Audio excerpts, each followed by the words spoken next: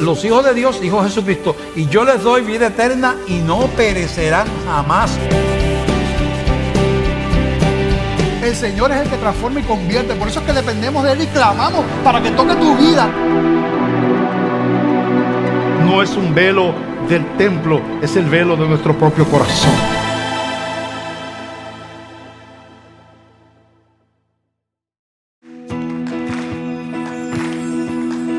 Dios del pesebre, Dios de la cruz, tu sacrificio que nos dio libertad, tú en nosotros, amigo y Señor, te alabamos, mi Cristo, una y otra vez. Dios de la gracia, Dios del amor, Dios del amor, tu sangre preciosa, que la muerte venció, diste la vida, que no tiene final. Te alabamos, mi Cristo, una y otra vez. Gloria para aquel que está a mi lado. Gloria para aquel que es vencedor. Te adoro por tu amor y tu cuidado. Gracias, Señor, por tu cuidado. Hasta que vengas tú, lo proclamaré. Dios de los siglos, Dios del poder,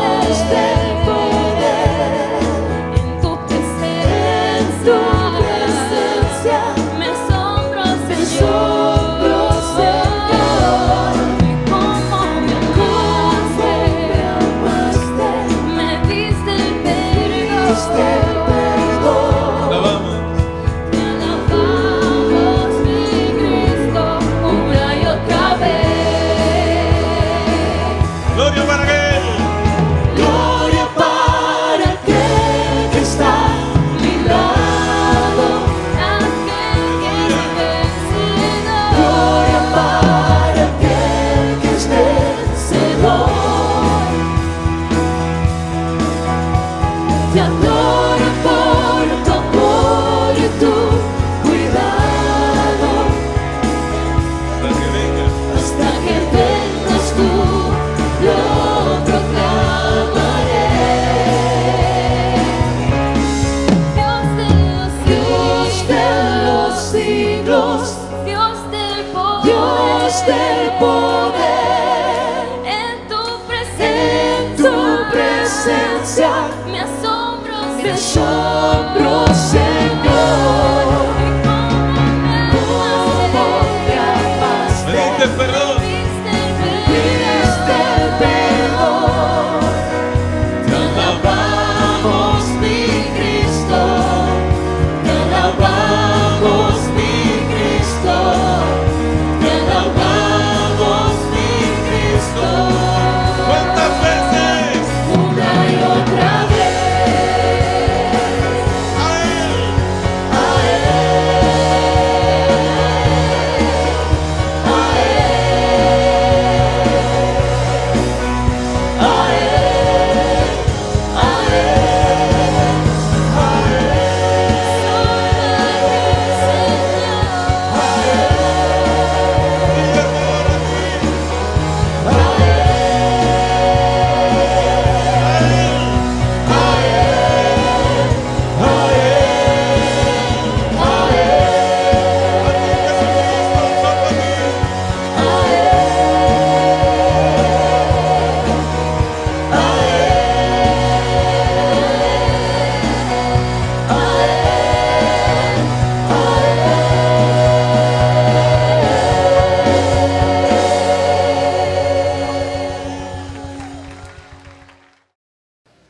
título del mensaje en este día es El matrimonio diseñado por Dios.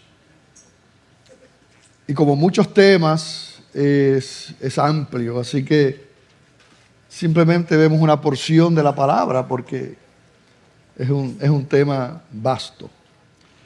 Les pido que estén de pie, vamos a leer en Primera de Pedro, capítulo 3, y vamos a estar leyendo del 1 al 7. Asimismo vosotras, mujeres, estad sujetas a vuestros maridos, para que también los que no creen a la palabra sean ganados sin palabra por la conducta de sus esposas, considerando vuestra conducta casta y respetuosa. Vuestro atavío no sea el externo de peinados ostentosos, de adornos de oro o de vestidos lujosos, sino el interno, el del corazón, en el incorruptible ornato de un espíritu afable y apacible, que es de grande estima delante de Dios. Porque así también se ataviaban en otro tiempo aquellas santas mujeres que esperaban en Dios, estando sujetas a sus maridos. Como Sara obedecía a Abraham, llamándole Señor, de la cual vosotras habéis venido a ser hijas, si hacéis el bien, sin temer ninguna amenaza. Vosotros, maridos, igualmente, vivid con ella sabiamente, dando honor a la mujer como a vaso más frágil y como a coherederas de la gracia de la vida, para que vuestras oraciones no tengan estorbo. Como hemos hablado, esta porción de la Escritura es parte de un entero, de una carta completa, donde el apóstol Pedro viene hablando. Y de hecho en los versículos anteriores, capítulo 2, él está hablando sobre la autoridad. Ese es el tema que está tratando, la autoridad, ¿verdad? Sobre las diferentes instituciones en este mundo. Pero entonces, aquí en este primer versículo del capítulo 3, entonces está hablando específicamente de la autoridad y la pertinencia, ¿verdad?, de la autoridad en el matrimonio, dentro del matrimonio diseñado por el Señor. En una próxima ocasión, en otro momento, vamos a ver entonces de lo que nos habla el capítulo 2 sobre otras autoridades, pero en el día de hoy el tema es con relación al matrimonio, que es el tema que claramente nos presenta la Escritura en estos 7 versículos. Sabemos, ¿verdad?, que el apóstol Pedro tenía suegra, lo menciona, ¿verdad?, que estuvo enferma y todo eso. Así que entendemos que tenía esposa, en ningún lado se nos da a entender que fuera viudo, así que tenía su esposa, el apóstol Pedro. ¿Cuántos aquí tienen suegra? Oye, pero ¿por qué tienes miedo de levantar la mano? ¿Cuántos tienen suegras aquí? Vamos a ver. Levanten la mano.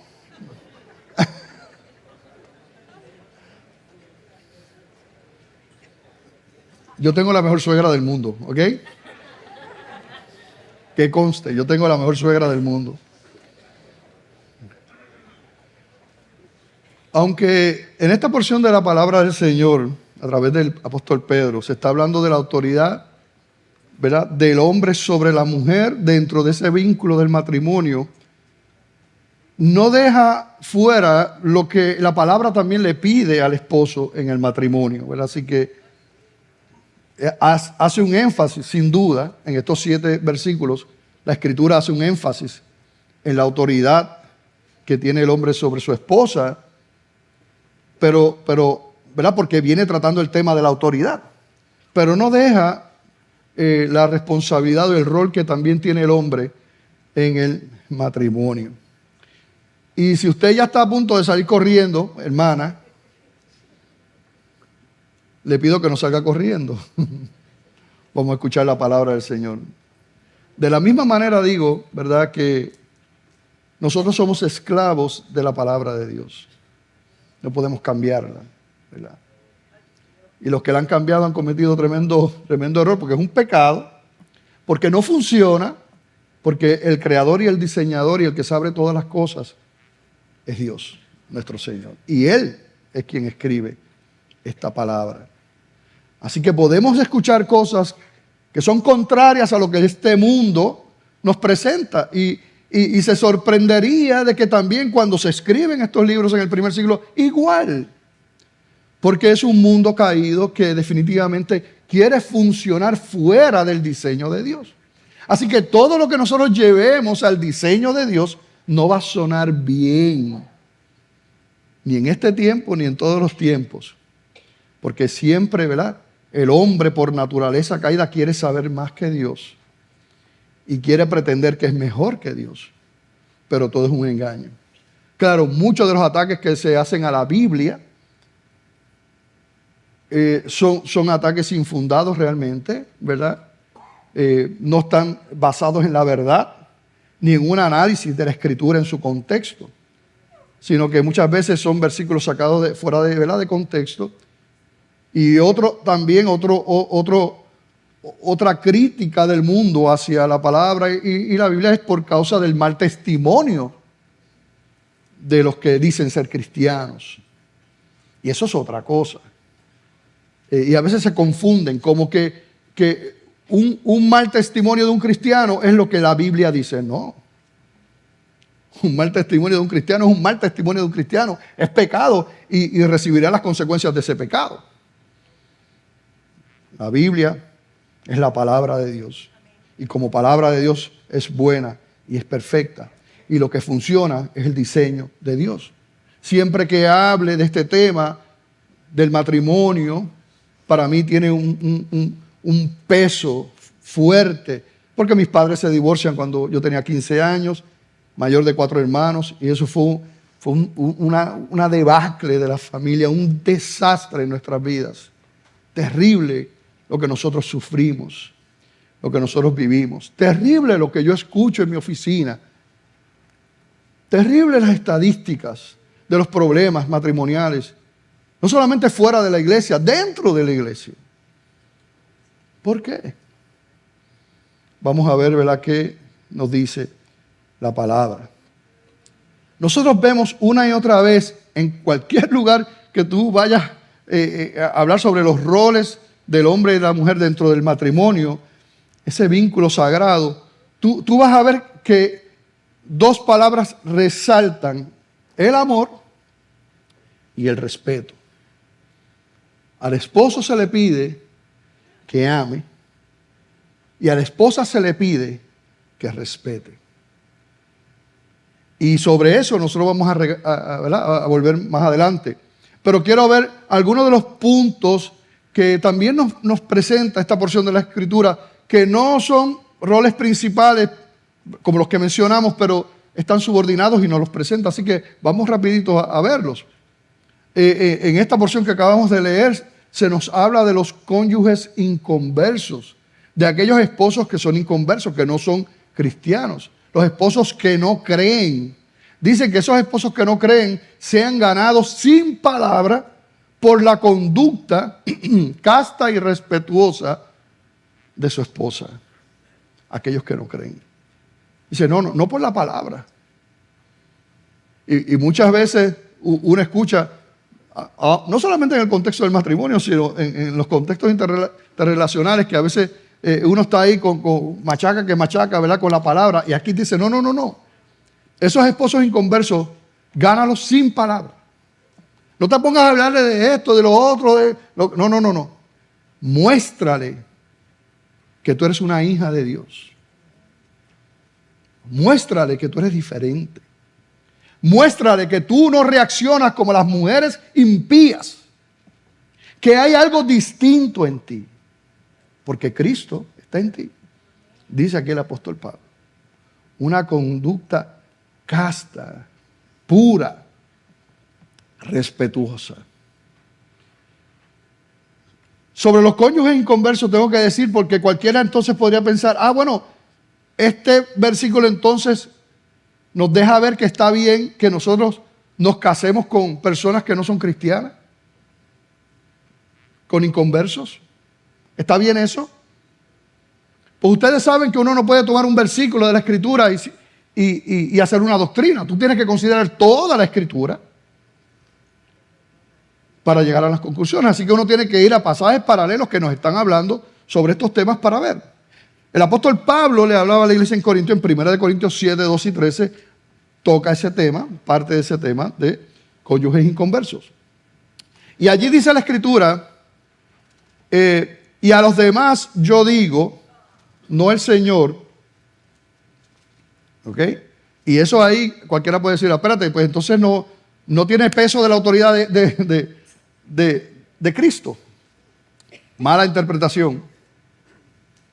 Porque lo que pasa es que el apóstol Pablo viene hablando de las palabras que Cristo habló en unos temas relacionados al matrimonio, pero esto él lo está diciendo, pero no porque Cristo lo haya dicho.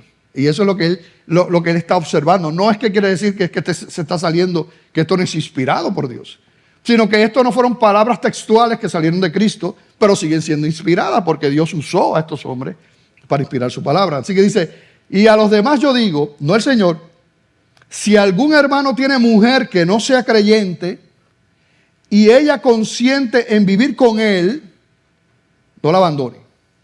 Y si una mujer tiene marido que no sea creyente y él consiente en vivir con ella, no la abandone. Así que aquí nos repite lo mismo, ¿verdad? Verá, si tú tienes ya, tú conoces al Señor y ustedes eran inconversos, uno de ellos se convierte y ahora tú, ¿verdad? Y el otro no lo dejes, no lo abandones, es lo que está diciendo ahí.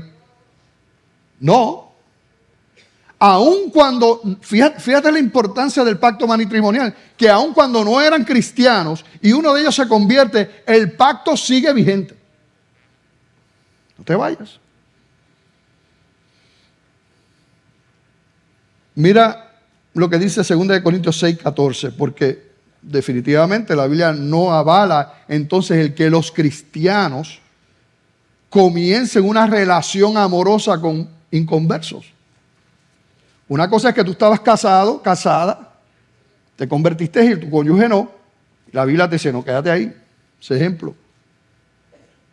Otra cosa es, yo soy cristiano, yo soy cristiana, y entonces, y puedo entrar en una relación amorosa con un inconverso y casarme con un inconverso.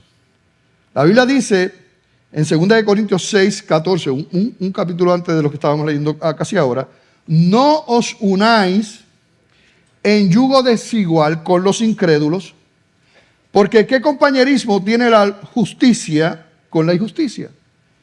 ¿Y qué comunión la luz con las tinieblas?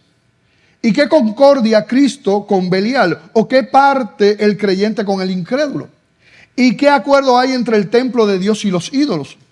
Porque vosotros sois el templo del Dios viviente, como Dios dijo, habitaré y andaré entre ellos y seré su Dios y ellos serán mi pueblo. Por lo cual salid en medio de ellos y apartaos, dice el Señor, y no toquéis lo inmundo, yo os recibiré. Y seré para vosotros por padre y vosotros me seréis hijos e hijas, dice el Señor Todopoderoso. Es verdad que el tema, o sea, a quien se dirige el apóstol Pablo en esta porción de la Escritura, y el tema que está ahí realmente tiene que ver con los paganos, con la relación de los cristianos con los paganos en general.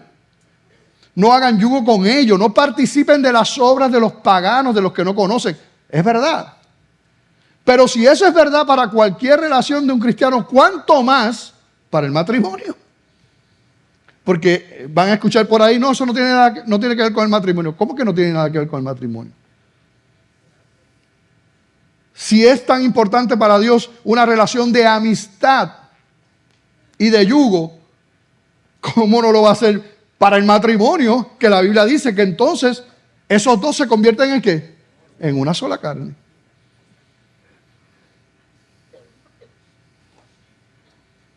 Y son muchos los que han sufrido por eso, siendo cristianos. La mayoría de los que he conocido abandonan la fe. Se enamoran y abandonan su fe, abandonan sus ministerios, abandonan la iglesia para arrancar. Y muchos después regresan habiendo comido tierra en una relación que Dios no bendice. Pastor, pero yo hice eso, pero mi esposo se convirtió o mi esposa se convirtió. Bueno, eso puede pasar. Y si pasó, gloria a Dios también, y me gozo que haya pasado. Pero esa no es la norma.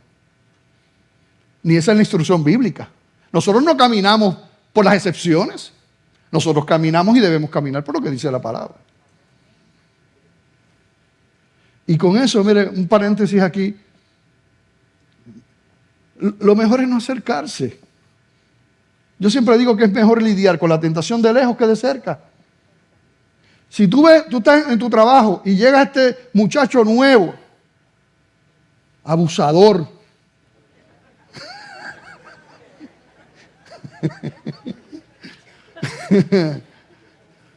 no vayas para allá. ¿Tú entiendes? ¿Quieres hacer un devocional junto conmigo? No. Aléjate. Porque después que uno se involucra emocionalmente, virar para atrás, muy difícil.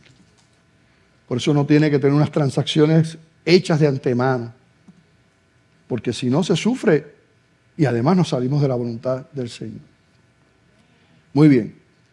Segundo punto que vemos aquí es la importancia del buen atavío interior, no exterior, el atavío del corazón. Hablaba ahí el apóstol Pedro hermoso, ¿verdad? Mira, esto es lo que debe ser importante para ti, mujer.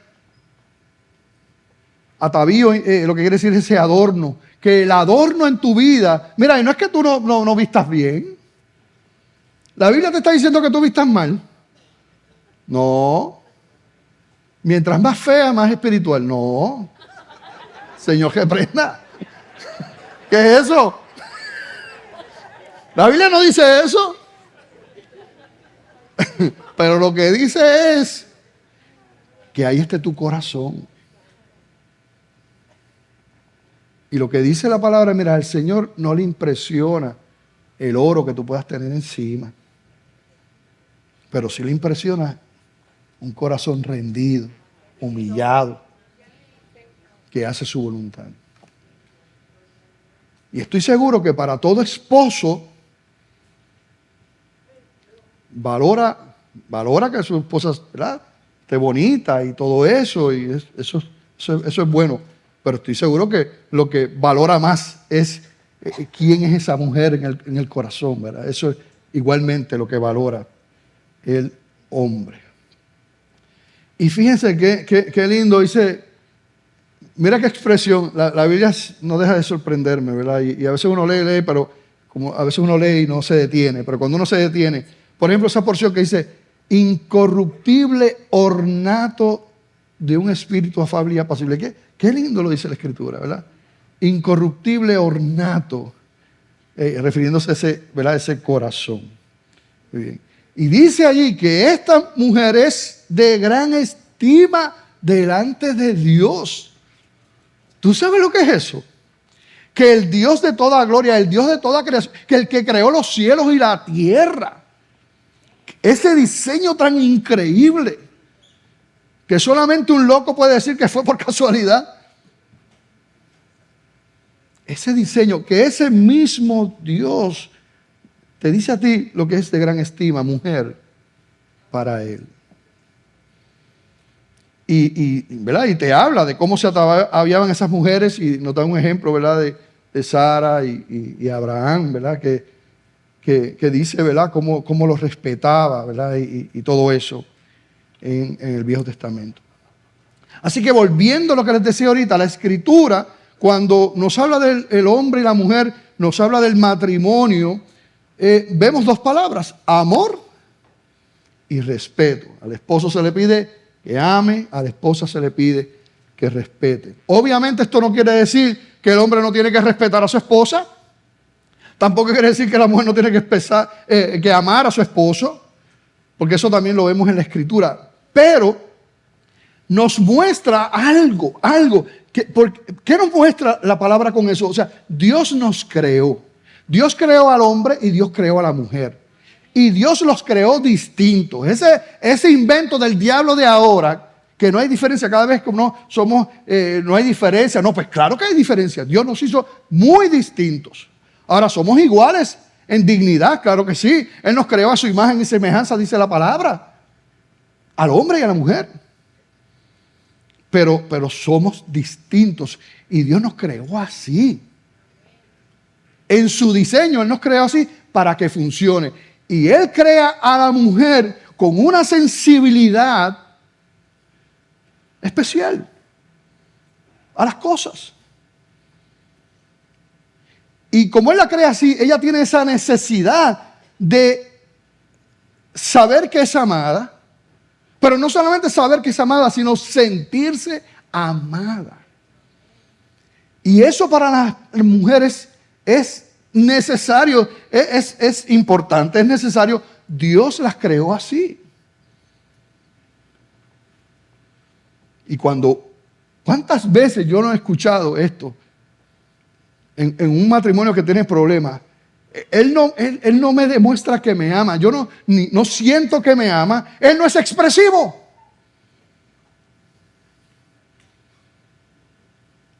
Es la queja de muchas mujeres, porque Dios las creó así, con la necesidad de sentirse amadas, de saber que son amadas. Y en el mismo diseño, el Señor entonces en la creación del hombre lo diseña de tal manera que en términos generales el hombre tiene una necesidad distinta a la de la mujer. Y es que el hombre necesita saber y sentirse respetado. Y cuando el hombre no se siente respetado, es un problema. Y cuando la mujer no se siente amada, es un problema. Porque Dios nos diseñó de esa manera. Y los botones que activan de buena manera o de mala manera a la mujer es el amor. Y las expresiones de amor, con todo lo que eso implica. Y los botones que activan de buena manera o de mala manera al hombre es el respeto.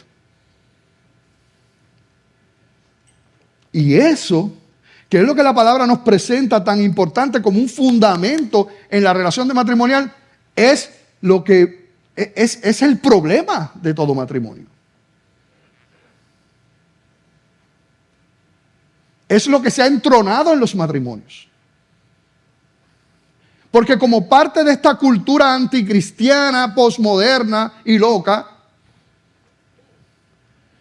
pues una de las cosas que se ataca desde Satanás cuando se revela es la autoridad. ¿Qué es eso de que yo voy a sujetar a un hombre? ¿Qué es eso? Tú eres loco. Me quedó dominicano, nuestros queridos hermanos dominicanos que amamos tanto.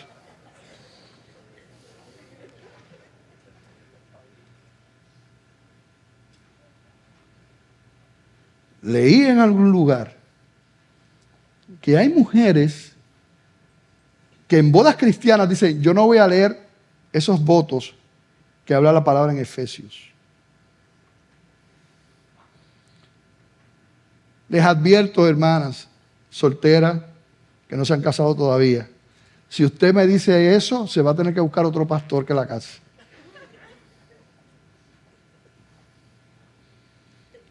Porque eso es un insulto no a mí, es un insulto a la palabra de Dios, al diseño de Dios y a Dios mismo. Así que no cuente conmigo. Pero no se asusten, porque lo que pasa es que muchas cosas en esta vida y en el contexto nuestro cristiano se le llaman de cierta manera, pero no lo son. O sea, los modelos que vemos muchas veces no es el modelo de la palabra. Y por eso es que se resiente tanto. Fuimos creados con la misma dignidad. El hombre, en ningún lugar la Biblia dice que el hombre es mejor que la mujer, que el hombre es más inteligente que la mujer.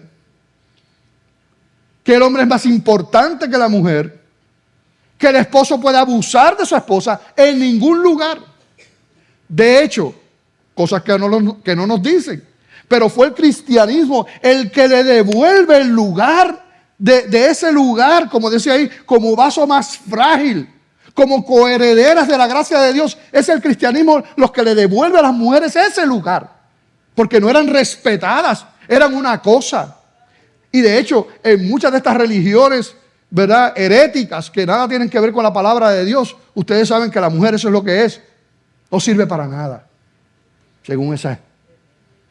Es un objeto. Pero el cristianismo es el que cambia todo eso realmente. En los tiempos de Jesús, cuando aquellos fariseos le hacen la pregunta, ¿por qué Moisés dio carta de divorcio? ¿Tú sabes por qué lo hicieron? ¿Tú sabes lo que estaba pasando? Pero ellos querían tentar a Jesús, pero se divorciaban. En los tiempos de Jesús se divorciaban por cualquier cosa. Al punto, ¿verdad?, uno lee que, por ejemplo, si una esposa cocinaba algo y le quedaba mal, él lo podía dejar. Ya era justificable el divorcio. Mari y yo nos hubiéramos divorciado la primera semana que no. No, pero después cambió, ¿verdad, María? Después cambió. ¿Sabes? Pero me hizo una lasaña, pero bendito, es que no tenía ingredientes. Pero ya eso cambió, no, María cocina ahora, olvídense de eso. Ahora estoy arreglando. Ahora que estoy arreglando.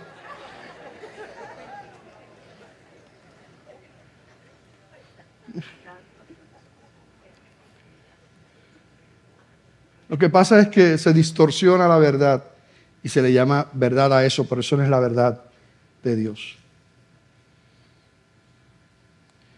Hay gente que piensa que la autoridad del esposo en el matrimonio es un castigo.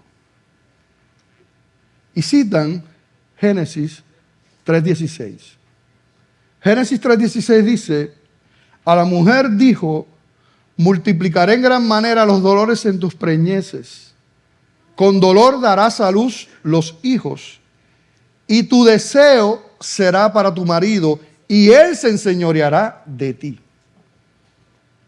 Y entonces, algunos por ese versículo infieren entonces que se refiere que entonces el que la mujer se tenga que sujetar al hombre es un castigo. Sin embargo, cuando el apóstol Pablo le está hablando a Timoteo en 1 Timoteo 2:13, claramente establece que la autoridad viene desde el principio. Dios lo estableció de esa manera, porque Dios crea al hombre. Pudo haber sido al revés, porque Dios es Dios. O sea, Dios pudo haber decidido que fuera la mujer la que fuera la autoridad. Y si Dios lo hubiera decidido de esa manera, pues estaba bien también. Pero Dios lo decidió al hombre. Y la razón por la que el apóstol Pablo le dice a Timoteo, le dice en el versículo 13, porque Adán fue formado primero, después de Eva. Simplemente Dios le dio ese lugar. No es que sea mejor, no, Dios se lo dio. Así que claramente lo que nos muestra cuando uno verá otros versículos, no es que entonces la sujeción que tiene que tener la mujer a su esposo es parte de un castigo. No lo es, no lo es. Es parte del diseño, ¿verdad?, del Señor. Así que seguimos por ahí. Volvemos entonces. Lo que la Escritura nos pide, amor y respeto. Amor y respeto. Miren, hablando de las diferencias del hombre y la mujer, de hecho hay un libro, ¿verdad?, de enfoque a la familia, que se llama así mismo Amor y Respeto, muy bueno, ¿verdad?, que se los recomiendo. Pero lo que ocurre en los matrimonios que están mal, que no funcionan, que terminan en el divorcio, o algunos no se divorcian, pero viven un infierno constante, o simplemente cada cual está en su cuarto, no comparten nada, no funcionan como un matrimonio, muchas veces porque caen en un ciclo y no pueden salir de ese ciclo. Un ciclo que lo que lacera precisamente es lo que la palabra de Dios dice de amor y respeto. Y ese ciclo le llaman en este libro el ciclo alienante. No conocía esa palabra, pero esa palabra lo que quiere decir es enajenar, enloquecer, trastornar, perturbar. Y yo quiero enseñar este diagrama que aparece en el libro de este ciclo alienante. Dice, él reacciona sin amor, ella reacciona sin respeto. Él reacciona sin amor, ella reacciona sin respeto, él reacciona y se convierte en un ciclo ahí. Como él no me ama bien, yo no lo respeto. Como ella no me respeta, yo no la amo bien. Y ahí se quedan. No, tú me faltaste el respeto, pues ahora aguanta. Me endurezco. Y lo mismo del otro lado de la mujer. Como él no es cariñoso conmigo, él no me da, pues yo no lo respeto. Todo lo contrario a lo que dice la Biblia, ¿no? ¿Sí o no? ¿Y qué pasa con esto? No funciona. ¿Quién rompe ese ciclo? Es la pregunta. Efesios 5:33 dice, por lo demás, cada uno de vosotros ame también a su mujer como a sí mismo, y la mujer respete a su marido. Y yo quiero que ustedes vean lo que dice la palabra del Señor. En Colosenses 3:18 y 19, otro libro, dice, casadas, estad sujetas a vuestros maridos como conviene en el Señor. Maridos, amad a vuestras mujeres y no seáis ásperos con ellas. En Tito 2:3 y 4, las ancianas asimismo sean reverentes en su porte, no calumniadoras, no esclavas del vino, maestras del bien, que enseñen a las mujeres jóvenes a amar a sus maridos y a sus hijos, a ser prudentes, castas, cuidadosas de su casa, buenas, sujetas a sus maridos, para que la palabra de Dios no sea blasfemada. Así que una y otra vez vemos el diseño de Dios, la necesidad que tiene cada cual. Pero ¿cuál es el problema? Es que nosotros no tenemos una mente, una cosmovisión del matrimonio bíblica. Nosotros tenemos una cosmovisión de Hollywood y del mundo. Y eso es lo que, llegamos así. Y entonces tampoco lidiamos con nuestro egoísmo y nuestro orgullo, que es parte de esta carne que es tan terrible. No lidiamos con ella y así vamos al matrimonio. Cuando una persona se va a casar, no está pensando en cómo puede bendecir a la otra persona. Lo que está pensando es qué esa persona le va a dar. Y yo me voy a casar con esta porque esto me gusta ella, yo quiero esto, yo quiero que haga esto. O sea, y así se casa el hombre, ¿qué la mujer le va a dar en el matrimonio? Y la mujer se casa, ¿qué le va a dar el hombre en el matrimonio? Así que cada cual entonces, contrario al diseño de la Biblia, cada cual está jalando para su lado para ver qué sacan del matrimonio, qué le da el matrimonio, qué le añade. No están pensando en dar.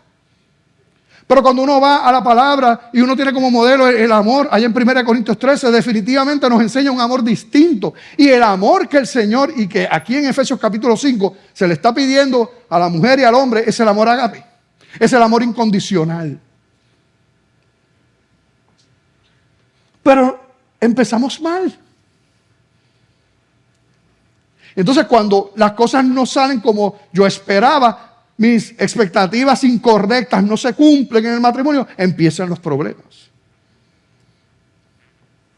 Pero en el diseño del Señor, cuando nosotros entramos a un matrimonio o vamos a un matrimonio, es cómo yo puedo bendecir a esa persona. Cómo yo puedo hacer de Mari la mejor Mari.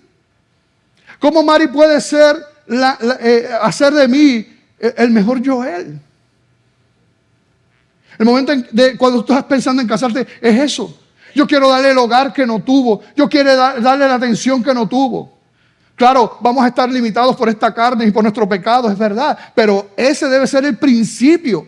Pero ni el principio comienza de esa manera. Muchas veces que yo voy a sacar.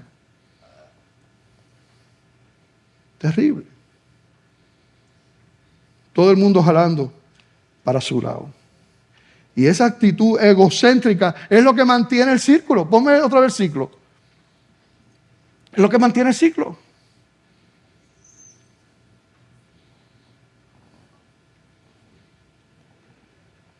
Muchas veces nuestro mal temperamento de uno y otro nos mete en los problemas. Y los que nos mantienen en los problemas es el orgullo. Porque nadie está dispuesto a ceder. Y se queda ahí. Ese orgullo.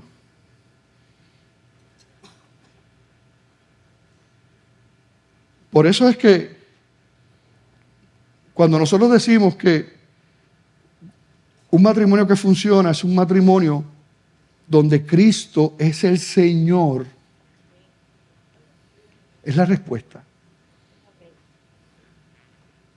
Parece una repetición vana casi, pero no. Cuando Cristo es el centro de un matrimonio, funciona. Y quiero decirte, va a funcionar dentro de la realidad de un mundo caído que vivimos con dos seres imperfectos y carnales. Pero va a funcionar. Pero no va a ser un cuento de hadas. Nunca. Pero funciona. Cuando Cristo es el centro. ¿Por qué? Porque cuando Cristo es el centro, una de las cosas que el Señor trabaja con nosotros, cuando alguien quiere ser un discípulo de Cristo, cuando alguien quiere seguir a Cristo, ¿cuál es la primera demanda? No mandar uno. Jesucristo decía, si alguno quiere venir en pos de mí, niéguese a sí mismo, tome su cruz cada día y sígame. Niéguese a sí mismo. El apóstol Pablo decía, con Cristo estoy juntamente crucificado y ya no vivo yo, mas vive Cristo en mí. Y lo que ahora vivo en la carne, lo vivo en la fe del Hijo de Dios, el cual me amó y se entregó a sí mismo por mí. Un discípulo quiere que Cristo crezca y él quiere menguar. Ese es el matrimonio que funciona. Cuando yo como esposo entiendo que cuando yo me comporto de una manera inadecuada con mi esposa y yo la maltrato, a quien estoy ofendiendo es a Dios. Y si yo soy un discípulo y un hombre de Dios, el Espíritu Santo entonces me lleva, le hablaste de una manera mal a tu esposo. Esa no es la manera. Pero de la misma manera, de allá para acá también. No le hablé correctamente, no respeté el lugar de mi esposo. ¿Y por qué? El Espíritu Santo te lo muestra. Por eso es que es el matrimonio que funciona, es aquel matrimonio que está rendido, ambos rendidos a Dios. Porque entonces es el Espíritu Santo el que los mantiene sensibles a su palabra y a su voluntad. Y uno quiere ser un mejor esposo porque uno quiere ser un mejor hijo de Dios. Porque yo quiero agradar a Dios. Pero no es suficiente el amor que nos podamos tener el uno y el otro. No es suficiente. Estamos tan contaminados que no es suficiente nuestro amor. Necesitamos al Señor. Pero cuando Él hace eso, y yo lo he visto. Yo he visto esos matrimonios que desafían terriblemente las estadísticas. Todos tienen un común denominador. Cristo. Dos que viven para la gloria de Cristo. Nunca he visto dos carnales que les vaya bien. Porque es difícil. O sea, el matrimonio es difícil. Somos dos mundos distintos. Tiene que ser la gracia y el amor la que nos ayude a cubrir, porque es que somos distintos. Mari tiene que soportar, y ha tenido que soportar tantas cosas mías a través de estos, vamos a cumplir 33 años ahora. Ha tenido que soportar, pero de esa manera, y lo mismo yo. Pocas cosas, pero lo mismo yo.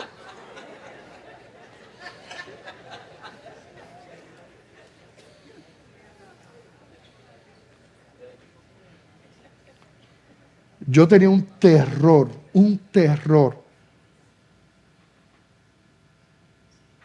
de vivir el matrimonio que vivieron mis papás. Porque a ti te enseñan que pues lo que tú vives, eso se repite. Y humanamente hablando es verdad eso. Es increíble que un hijo que sufrió a un papá borracho y que odiaba y sufrió eso, después cuando adulto se convierte en un borracho. Es increíble, ¿verdad? Pero es así. Y yo tenía un temor terrible de que a mí me iba a pasar igual. Pero el Señor me dijo, ¿verdad? En su palabra, como dice, que Cristo rompe toda cadena. Y que eso de que si no, que si maldiciones generacionales, ¿qué es eso? Cristo, la sangre de Cristo tiene poder, rompe todo. Y yo le doy gracias al Señor por eso.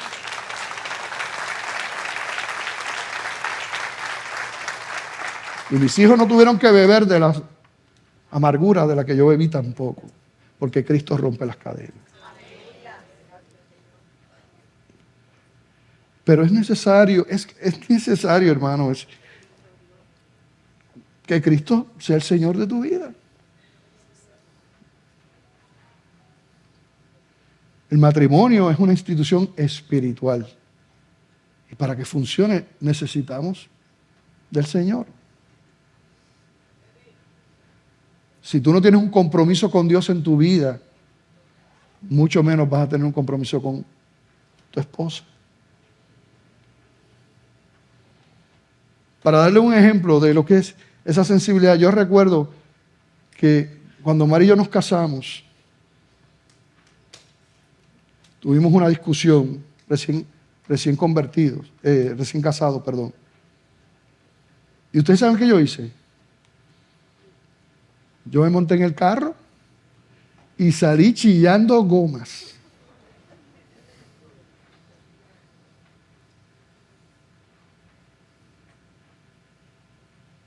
Cuando iba por la segunda esquina, el Espíritu Santo me cogió y me dice, ¿qué tú estás haciendo? ¿Qué tú estás haciendo? ¿Tú sabes lo que yo estaba haciendo? Lo mismo que yo vi hacer a mi papá cuando discutía con mami. Y el Espíritu Santo me dijo, no, eso no está bien. Yo le pedí perdón al Señor, regresé a casa, le pedí perdón a Mari y le dije al Señor, jamás y nunca en una discusión vuelvo a hacer eso.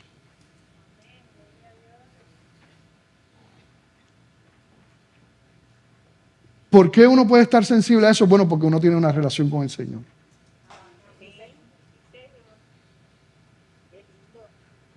Amada esposa, lo más que tú puedes desear es que tu esposo sea un hombre de Dios, sensible a su voz. Y querido esposo, lo mejor que te puede pasar a ti, lo que tú puedes anhelar es que tu esposa sea una mujer de Dios. Una mujer de Dios no va a avergonzar a su esposo. Un hombre de Dios no va a maltratar a su esposa. En la boda yo siempre digo que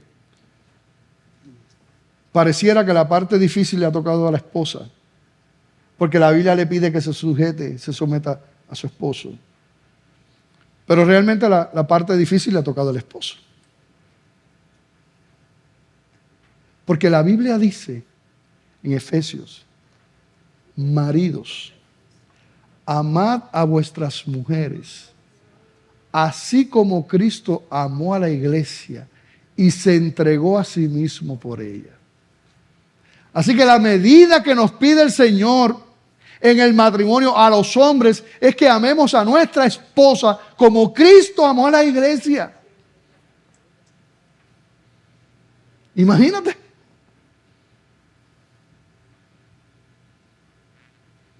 Amarla como Cristo. Y te dice cómo. Se entregó a sí misma. Se entregó a sí mismo por ella. O sea, antepuso el bienestar de su esposa, que es la iglesia. Estuvo dispuesto a que le escupieran, a que le arrancaran pedazos de su piel, a que lo desangraran, le pusieran una corona de espinas, lo llevaran a la cruz y lo mataran. Hizo eso porque amaba a su esposa. Y eso es lo que nos pide a nosotros. Así que yo pregunto, ¿a quién se le ha dado la parte difícil? Un hombre cristiano que es un maltratador, que hable a su esposa con palabras hirientes, con palabras soeces, que se atreva a levantar la mano hacia ella. Eso no es un hombre, ni es un hombre de Dios, mucho menos.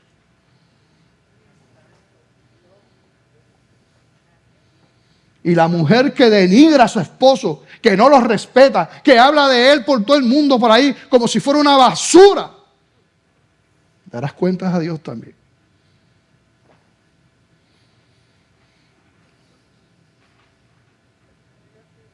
Yo no sé cómo está tu matrimonio, pero yo quiero decirte que Cristo tiene poder para sanar y para restaurar matrimonios.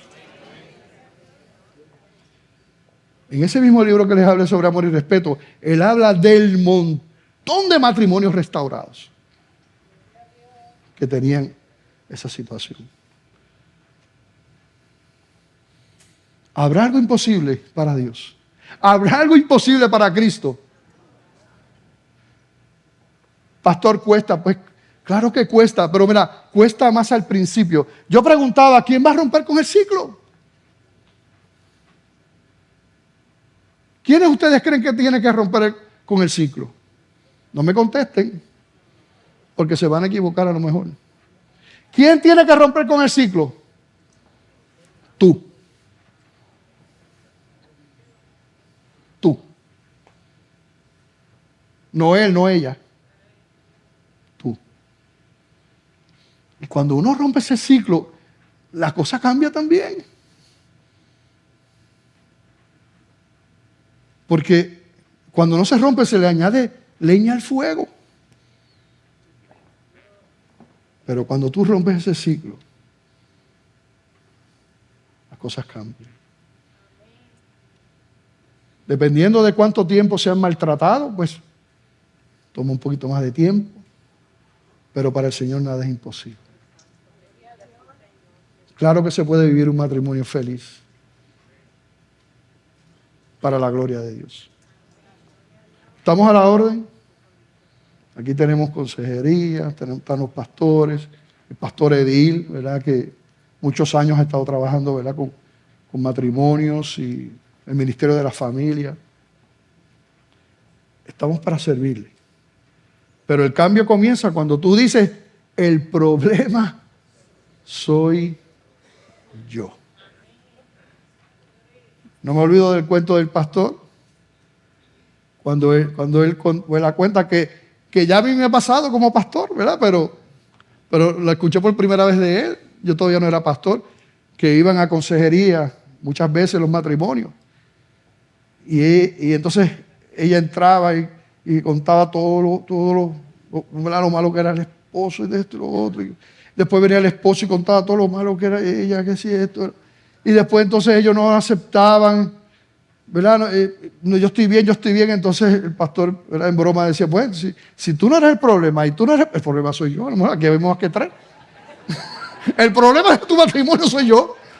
Porque bueno, este no ha hecho nada, pues soy yo entonces el problema del matrimonio.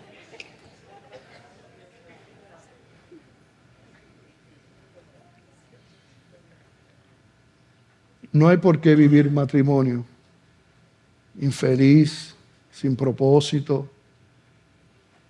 No hay por qué llegar al divorcio. Cristianos, matrimonio cristiano, no hay por qué. Pero hay que buscar ayuda.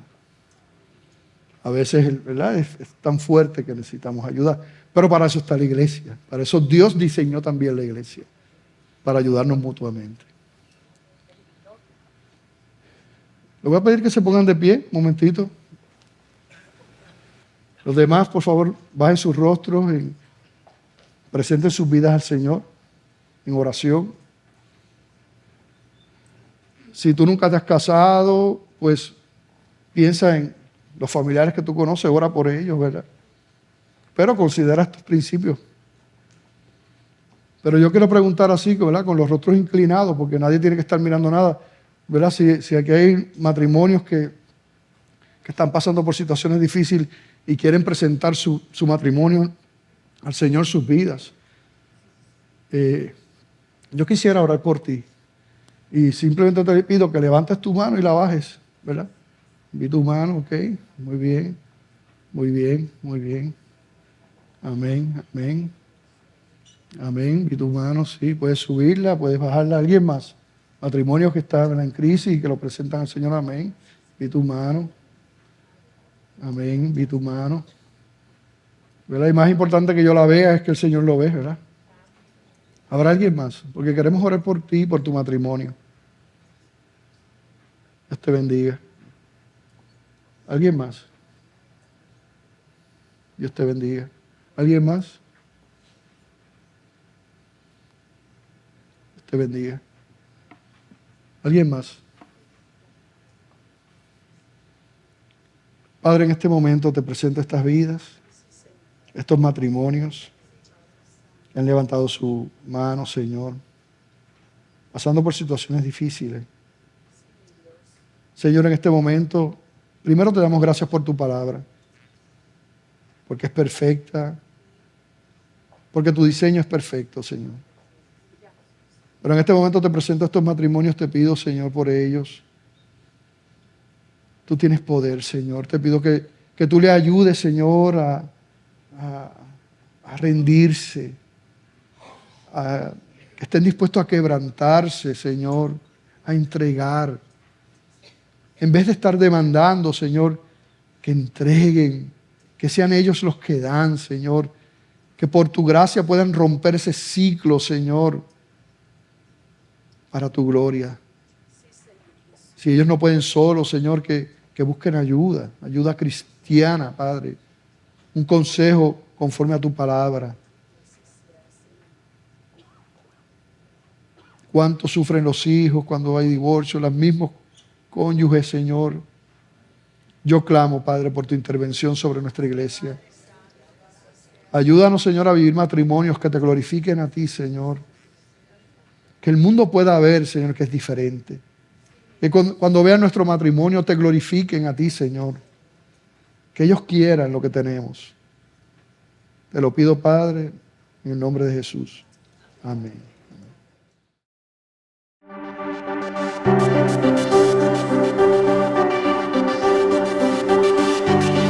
Los hijos de Dios, dijo Jesucristo, y yo les doy vida eterna y no perecerán jamás.